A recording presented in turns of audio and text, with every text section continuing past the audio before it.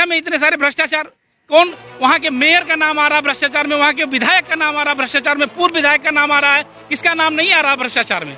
आप बताइए। इनके मंत्री जो है कोर्ट से फाइल लेके गायब हो जा रहे हैं। मनोज सचान जी फाइल लेकर गायब हो गए तो बुलडोजर क्यों नहीं चला उनके घर पे? शौचालय नहीं बन, दिल्ली से हट करके कहीं किनारे जाके देख लीजिए, मोदी जी के जितने वादे थे एक भी नहीं पूरे हुए हैं। पाया है शौचालय बन गया है तो उसमें टॉयलेट नहीं, उसमें नल नहीं है, नल नहीं तो जल नहीं, कुछ नहीं है, केवल दिखावा है। राशन पे चलेगा देश। कन्हैया यादव भारतीय। कन्हैया जी, सवाल सर ये है कि आज के जो हालात चल रहे हैं, चाहे बेरोजगारी हो चाहे महंगाई हो, जनता बता रही है कि बहुत ज़्यादा त्रस्त है। क्या आपको लगता है कि सच में महंगाई है?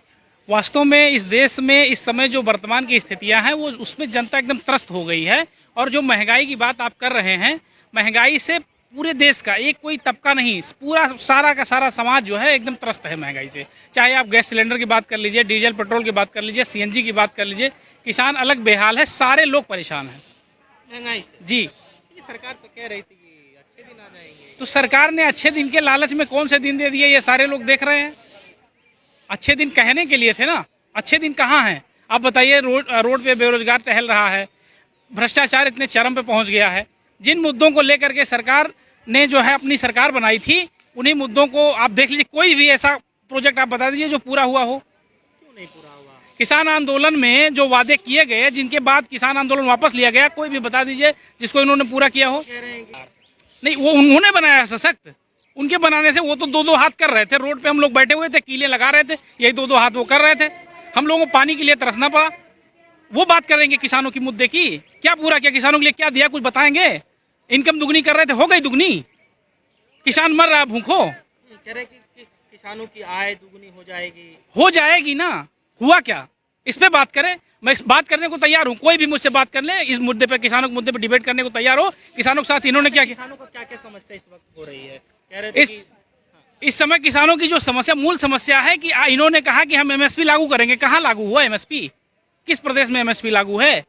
आप मुझे बताइए, या सरकार का कोई आदमी आके बात करे हमसे। लेकिन जब चुनाव का माहौल होता है तो कहते हैं कि टमाटर के रेट हमने फिक्स कर दिया, आलू के रेट फिक्स कर दिए हैं, बिजली कम देना पड़ेगा। ये देश अब टमाटर और आलू से चलने वाला नहीं है। अब देश का किसान भी समझदार हो गया, बुद्धिमान हो गया, अपने वोट की कीमत समझता है। अगर हम किसान आंदोलन की मांगों को इन्होंने लागू नहीं किया तो फिर से उससे बड़ा आंदोलन होने जा रहा है। जी, किसान फिर से तैयार हो रहे हैं और एक बहुत बड़ा आंदोलन, जो आंदोलन आपने देखा था उससे बड़ा आंदोलन होगा इस देश में। हम लोग अब चुप बैठने वाले नहीं हैं। लेकिन अभी जो है खबर ये चल रही है कि किसान जो गन्ने को लेकर परेशान थे, रेट को लेकर परेशान थे, थोड़ा बहुत वृद्धि हुआ है फिर से गन्ने। थोड़े बहुत से काम चलेगा। आप गन्ने का रेट पता है आपको? 300 कुछ रुपया गन्ने का रेट है। और सूखी लकड़ी का रेट पता है आपको? 500 रुपया है। गन्ने में और सूखी लकड़ी में कोई अंतर नहीं है। गन्ना जो पैदा करता है उससे पूछिए ना कितने पानी देने पड़ते हैं, कितनी बार उसकी गुड़ाई निराई करनी पड़ती है। ये केवल यहाँ पे दिल्ली में बड़ी बड़ी ऑफिसों में एसी में बैठ करके बात करने से थोड़ा किसान खाता है, और जो किसान करता है उसी से ये ऑफिसें चलती हैं। ये सब अब बताने की जरूरत नहीं है, किसान समझदार हो चुका है।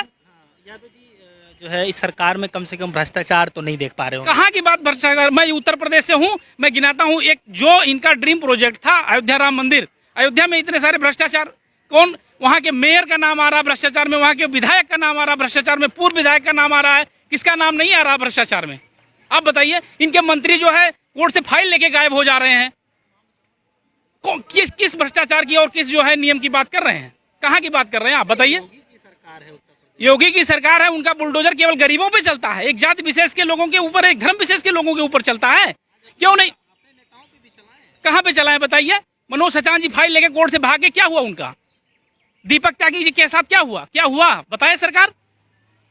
महिलाओं के साथ अभद्रता करने वाले लोग बता रहे हैं कि सरकार बहुत बढ़िया चल रही है। बताइए। मैं तो बता रहा हूं कि अयोध्या में भूमि घोटाले में यहाँ इनके मेयर का नाम है, इनके विधायक का नाम है, पूर्व विधायक का नाम है। सरकार क्यों नहीं बुलडोजर चला रही है उनके ऊपर? आप कह रहे हैं कि जो है इस पे चलिए, इस पे बाद में चर्चा कर लेंगे, ठीक है, वो जांच का विषय है, पुलिस अपनी तरीके जांच पड़ताल करेगी। लेकिन क्या आपको लगता है कि सरकार जिस तरीके से काम करती है, आपको भी लगता है कि जो है दो तरीके से इस पे कानूनी कार्रवाई की जाती है, अपने के लिए अलग, दूसरों के लिए? बिल्कुल किया जाता है। चाहे जहां देख लीजिए आप, बुलडोजर चल रहा था तो अभी बुलडोजर क्यों नहीं चला?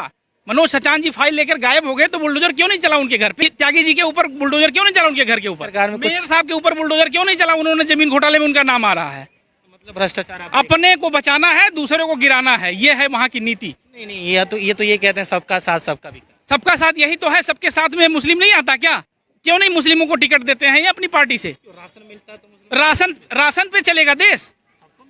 सबको मिलता है राशन, तो लोकसभा में प्रतिनिधित्व नहीं मिलना चाहिए सबको? महिलाओं को प्रतिनिधित्व नहीं मिलना चाहिए बराबर का? वो महिलाएं बैठी हुई हैं, आप देख लीजिए, वो मांग कर रही हैं कि हमको प्रतिनिधित्व नहीं मिल रहा है। केवल देश जो है इनके पूंजीपतियों के इशारे पे नहीं चलेगा। ये देश चलाने के लिए जनता अब रोड पे आएगी और जनता एक विकल्प तैयार करके 2024 में अपनी सरकार बनाएगी। महिलाओं का सम्मान तो करती है ये सरकार। कौन सी सम्मान हो रहा है महिलाओं का? वो महिला ही तो थी नोएडा में जिसके साथ इनके विधायक ने बदतमीजी किया है, जो दीपक त्यागी नाम का इनका नेता है। वो कौन था? वो महिला नहीं थी। वो महिला नहीं थी। वीडियो देखा होगा आपने, सोशल मीडिया पे वायरल हो रहा है। तो कार्रवाई की जा रही है उस पे। की जा रही है, कब की जाएगी?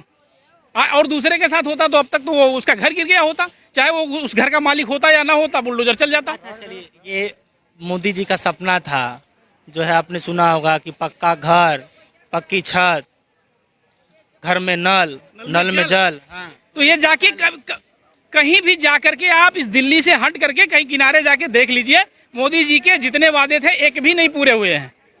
अगर घर बन गया है तो उसमें शौचालय नहीं बन पाया है, शौचालय बन गया है तो उसमें टॉयलेट नहीं, उसमें नल नहीं है, नल नहीं तो जल नहीं, कुछ नहीं है, केवल दिखावा है। अगर सारी चीजें हो गई होती तो जनता को आंदोलन करने की क्या जरूरत थी? हर मर्ज की दवा बीजेपी है। नहीं, हर मर्ज की दवा बीजेपी नहीं है। ये कुछ लोगों की दवा बीजेपी हो सकती है। ये देश की हर समस्याओं का समाधान बीजेपी के पास नहीं है। अगर समाधान होता तो इतने सारे लोग आंदोलन न करते, किसान इतने दिन तक रोड पे न बैठता और न उसको आंदोलन करने की जरूरत पड़ती। कुछ नया काम देखा है सरकार? कुछ नया काम नहीं है, केवल अपने लोगों को लाभ पहुंचाना है। अपने जो मित्र पूंजीपति हैं उन्हीं को लाभ पहुंचा रही सरकार बस। तो बताए ना कि सरकार बताए ना कि हमने ये काम किए। शौचालय दिया है, राशन दिया है फ्री में 80 करोड़ लोगों को। किसको फ्री में दिया है? कहीं से लेके आए हैं क्या राशन? राशन तो इस देश के किसानों ने पैदा किया है। अनाज क्या पैदा करते हैं? यहाँ नेता लोग अनाज पैदा करते हैं, इसको फ्री में बता रहे हैं। किसके घर का सामान है जो वो फ्री में दे रहे हैं? ये तो देश के अन्नदाता किसानों ने पैदा किया है, वो उनको दे रहे हैं। और ये देश की जनता फ्री में कुछ नहीं चाहती है। इनको रोजगार दीजिए युवाओं को। इतने सारे युवा जो है बैठे हुए हैं, उनको रोजगार दे दीजिए। किसान है, उनकी बात मांग लीजिए, वो अपना कमाएंगे खाएंगे। कौन मांग रहा है इनसे फ्री में? और ये शर्म की बात है, ये बहुत बड़ी बात नहीं है। ये शर्म की बात है कि 80 करोड़ लोगों को आज भी वर्तमान समय में 75 साल आजादी के होने के बाद भी उनको राशन देना पड़ रहा है। ये वर्तमान की सरकार और पिछली सरकारों के लिए एक फेल्योर है। इससे ज्यादा शर्मनाक कुछ नहीं हो सकता। अमृतकाल महोत्सव चल रहा है, कह रहे हैं घर घर। अमृतकाल जिसके लिए चल रहा होगा उसके लिए चल रहा होगा। यहाँ देश की जनता के लिए कोई अमृतकाल नहीं है। आप बताइए, 80 करोड़ लोगों को अगर राशन देना पड़ रहा है तो ये अमृतकाल है? ये तो सरकार खुद कह रही है कि 80 करोड़ लोगों को हम अनाज देते हैं। क्यों देते हो भाई? क्या किया है आज तक आप लोगों ने कि उनको अनाज देना पड़ रहा है? अभी तो 8-9 साल हुआ है उनको, जिनको 70 साल दिए तब तक कुछ नहीं कहा है। तो वो दोनों बराबर के दोषी हैं। और 8-9 साल का मतलब इन्होंने तो यही कहा था कि मैं आऊंगा सभी समस्याओं का समाधान कर दूंगा। कि इस समस्या का समाधान हुआ? कोई बताने को तैयार है कि इस समस्या का समाधान हो गया? बेरोजगारी, भ्रष्टाचार, महंगाई, कुछ कम हुआ? किसी में कोई कुछ हुआ? 15 लाख रुपए खाते में आ रहे थे, कहाँ चले गए सब? आपने बोल दिया तो याद आ गया एक सवाल। उनके नेता ये कहते हैं कि जो है किसी सरकार ने अकाउंट नहीं खुलवाया, हमने अकाउंट खुलवाया। अकाउंट खुलवाने से क्या होता है? अकाउंट तो सबके पास था या खुल जाएगा? अकाउंट में है क्या? कभी आप चेक करा लीजिए, जितने जनधन खाते खुले हैं उसमें कितने पैसे हैं लोगों के पास? नहीं है। वो चेक कराए, सरकार बताए कि इतने इतने लोगों के पास इतने इतने पैसे हैं, तो सरकार के पूरा संसाधन है, वो चेक करा सकते। नहीं, हमारे पास पहले से अकाउंट था। नहीं, मैंने नहीं खुलवाया।